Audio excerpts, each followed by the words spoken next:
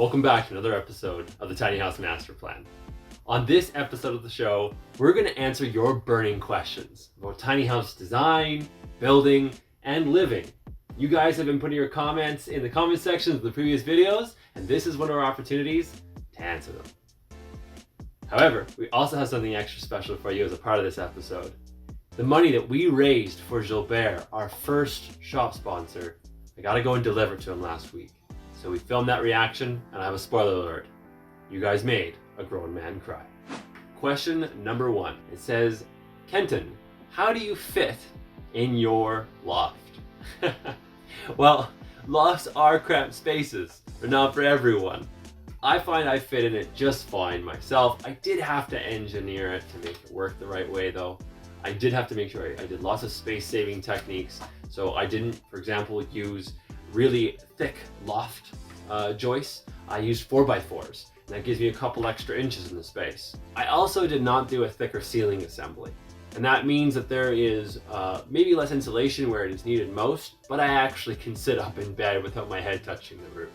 Lindsay asks, how much do you pay a year in bills? Let's go ahead and break it down. So because I built this house incredibly efficient, I only spend $260 on heating a year.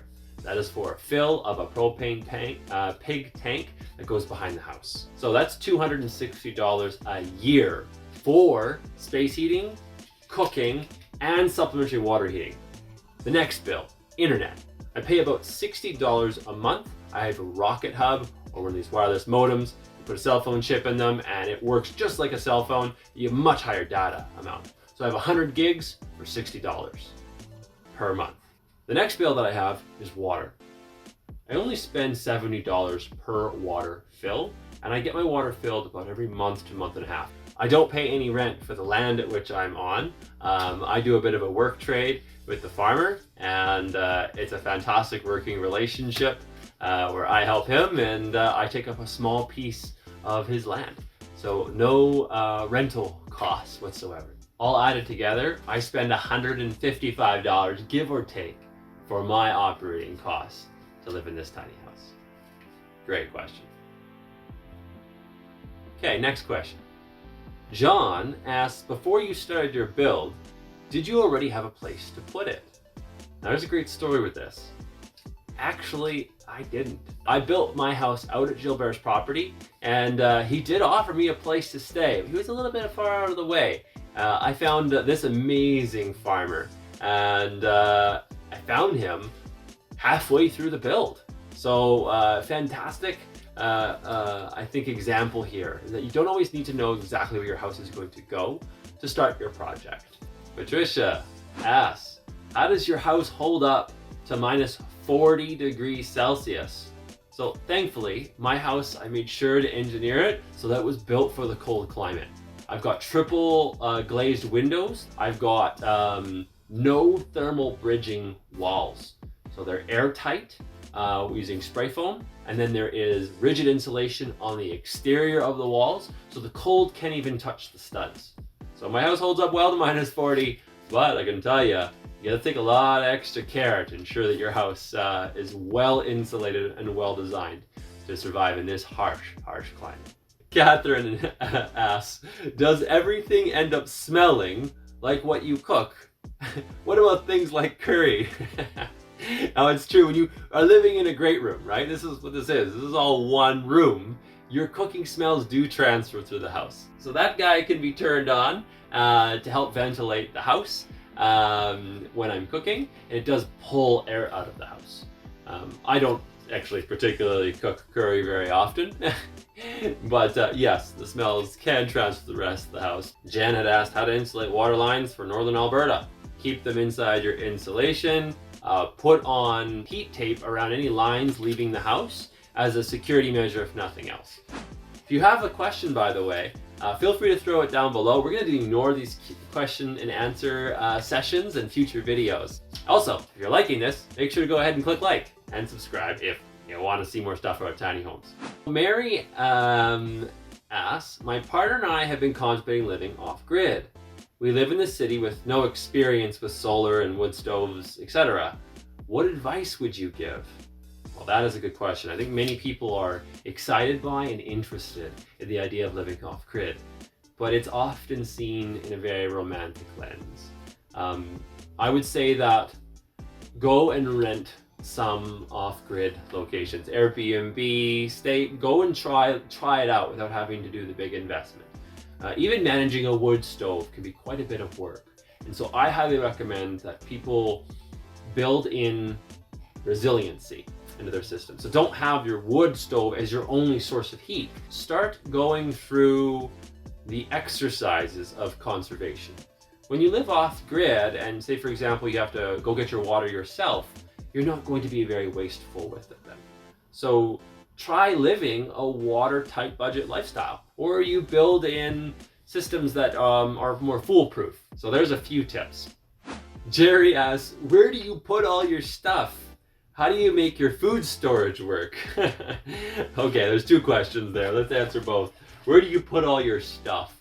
So building in multifunctional furniture is huge. I've got extra cabinet little cubbies built into the cushions on the couch, for example. I can put toques and magazines and books in there and gloves. My stairs are storage. The kicker space is down low on my cabinets pull out, allowing extra space in there. My interior walls in the bathroom, they don't need insulation in them, so they've got shelving, and that's where a lot of clothes can go. So that's how I fit all my stuff. The second part of your question was, how do you make your food storage work? Now, everyone's different around their cooking needs. Some people want a full fridge. Some people just can get by with a bar fridge. It does depend on how much fresh produce you have, how often you go to the grocery store, and how much cooking you do, of course. So to each their own. Otherwise, for storage, I've got a cabinet system, which is a full pull-out pantry, and that's where most of my dry goods fit. It does all cram into there, I'm not gonna lie. And you kind of have to. You gotta make good use of the space. So I make it work just by having it built in strategically and knowing what I needed before I started building my house. Jordan asks, where is your water source from? Well, Jordan, my water comes from a water tanker. So my water does come chlorinated, by the way, from the local municipality. Jordan's second question was, does your combi boiler run on propane? How much per season? Yes, I do have it adjusted for propane instead of natural gas. There's often a conversion. It's $260 per year for me to fill up the propane tank that runs the water heating, the space heating, and the cooking. Amanda asks, how do you size water storage and factor in showering and hot water needs? So, particularly if you're gonna live off grid, you have to understand the budget of your water and your power the same way you would plan financially. You know, you wouldn't go out and eat every night if you're not making very much money. It's not sustainable. You can't do it. You'll quickly go into debt. You've got to crunch some numbers. You know, what's the volume? What's the duration? And how many users are there? So you can quickly factor these numbers together and get a rough estimate how much water you need per day or per week or per month. So that's a little bit quickly about water storage and factoring out how much water you need to store and considerations that go into quickly maybe reducing how much water you're using. Take that shorter shower. Don't use a flush toilet. Use a composting one. Aurorius, I'm sorry if I butchered your name, says, so 6'4" guy, what tricks did you use to make sure you fit? I see you maybe have crunched some of the numbers around back height. So when you're living in a tiny house, if you want to take it on the road easily, you have to fit within 13 feet 6 inches. And that's from the surface of the road to the highest thing on your roof. So I did have to do some number crunching and had to make sure that I could fit in my tiny house. So what were the things that I did? I used 4x4 loft joists instead of using 2x6s or 2x8s. Saves a couple inches. I have it built on in subfloor, into the trailer frame. So I have plywood directly on top of the trailer frame, spray foam from below, instead of building on another floor on top of the trailer frame. That allowed me to save 3.5 inches. There's lots of little things you can do to save space here, and I definitely did a good deal of them. The one I did not do was drop axles. And I'm super excited to show you guys drop axles on the tiny house master plan build. Having lived in your house for 6 years, would you change anything? I get asked that actually quite often in my my workshops. I would change 2 things. The first is I have a pull-out system for my pantry in my cabinets, and it's a full pull-out tray, which means you really have to open both doors and no one else can be in the kitchen. It's like, it takes up the whole kitchen just to pull out the pantry. I would change that to single pull-out trays. So for each cabinet door, there'd be 4 trays instead of 2. This is a higher and lower one. And the second thing I would change on my house is my ladder system on my door. The rungs are pretty far apart, and so it's a little bit hard getting up. Physically, we'll say, and then mentally coming down, you're kind of feeling with your foot for the next rung. And I would change that. And that's fairly easy for me to do. I just haven't gotten around to it yet. So those are the 2 things I would change on my house. What is the difference between an RV and a tiny house? First off, a tiny house is built to much better standards in my opinion. You have tons of extra structural support and weight to them. They're just way more sturdy. So often they'll be hurricane tied, they'll be metal strapped, could have spray foam inside, they'll be bolted down at different parts. And it's a very different weight class of a mobile home. And it's also way more safer in my opinion. It feels like a home. It's built from a lot of the same materials. So I'd say feel-wise and strength-wise, that's one big difference. The other thing I would say with the relative feel is in an RV, it often feels quite cramped and close. There's not much headroom. But with us having 13 feet 6 inches of max height, when you step into a tiny house and they've utilized that space above, you have a vaulting ceiling. You can have up to 11 feet of space from the surface of the floor to the highest point in the roof. And that is an entirely different feeling. We're down to the last 2. Okay. What is your best advice about going tiny? Well, that's broad. But okay, let's go ahead and answer that question. So my best advice is know thyself. I mean that in multiple senses of the saying. You need to know what you need. You know what your comfort margins are. You know what your budgets are. You need to know what lifestyle you're looking to have. So be incredibly clear before going tiny, and even as you're going tiny and after you've gone tiny, of does this house meet your needs and how can you engineer it and design it accordingly? Last question for this question and answer period. Maraja says, where do you put a tiny house on wheels in Canada? We have to first answer, what is a tiny house? So the tiny house on wheels is not a technical legal category. You can build a tiny house on wheels, but it has to be something else under the law. So maybe it's an RV, maybe it's a park model, maybe it's a manufactured home. All 3 of those can be built to their respective building codes and be transported on wheels. But how they're placed and fixed and where with zoning, there's all these extra complications which make this a hard question to answer. You have to pick your building code based on where you're going to put the house. And I would say that tiny homes on wheels, the most easiest accessible way to have them built for you and have really easy portability as an RV. We do go over this for 90 minutes in my tiny house workshop. I try to cover all the different legal options, the pros and cons. There's a lot to talk about here, but great question. Guys, we're out of questions for this week. Make sure to like and subscribe down below if you want to get more of these Q&A sessions. Actually, I'd love your feedback, whether you enjoyed this and you would like to see more, and what your questions are. Put them in the comments down below for the next session that we have. All right, so we're pulling up to Gilbert's place, Cabine Soleil. I'm really excited to see him and pass on the $1,000 that we were able to raise together and your guys' kind words.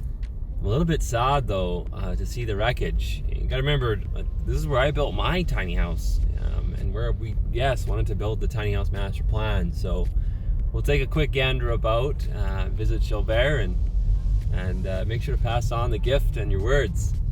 All right, we're turning in now. Here we go. Well, Gilbert, thanks for letting us come visit you and see you these times. You're welcome. How you been keeping since the incident with the fire? Oh, it's been a struggle. It's been an uphill climb. I reminisce every night about something else that I should have pulled out of the shop or should have, would have, could have done. In general, I'm focusing more on spiritual stuff and on non-material stuff. Trying to retire with an online program, a little bit similar to yours. Good, where I can go to schools and be in the classroom with song, stories, dances, and French-Canadian culture with Métis. I found out I was Métis from Chicoutimi, Lac Saint-Jean, in northern Quebec. So I'm trying to associate myself a little bit more with Métis every day. Yeah. Tube, sash, dances, jigging. Yeah, connect with that heritage. That's awesome. Well, I have to say that I know I tipped you off already that we were going to try to get a little extra support for you, but I put the call out, and we have a fundraising platform called Ko-fi.com, and we use it for all these different goals in the project to allow the community to support us.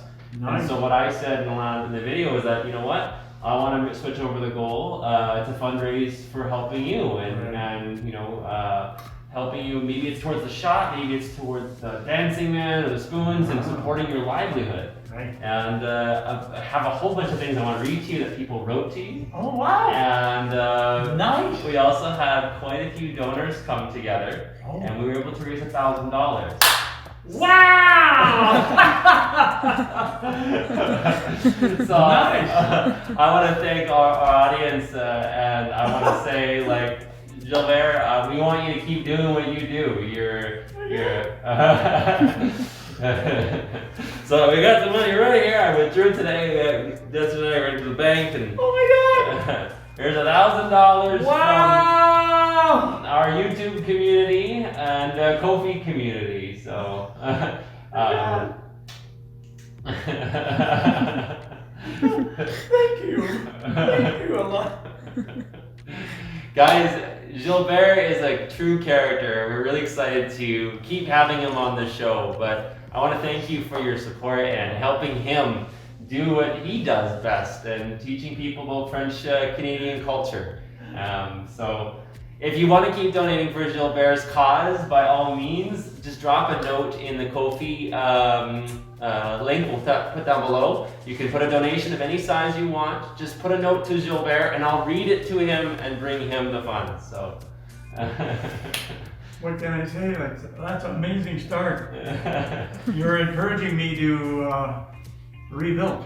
I'd like to present you with a Métis sash. Tell me a little more about it. I'm all about education, so we can fit some extra education on the show. Well, basically the voyageurs would keep their back straight, a little bit like a weightlifter's belt. They would sometimes wrap it around themselves 2 or 3 times, keep their organs in, because a lot of them had hernias from carrying the heavy load. A lot of them had just a coat that they could wrap around and be able to take the coat off and the sash quickly in case of danger. And sometimes it was used as a rope for carrying their canoes in, carrying the canoes onto the river, portaging. Sometimes used as the portage method for carrying the heavy load that they had on their back. Wow. And then I've heard of a tradition where sometimes it was used as a calendar. Sometimes you'd put a knot for every day. And if there were 7 knots, then you had a week.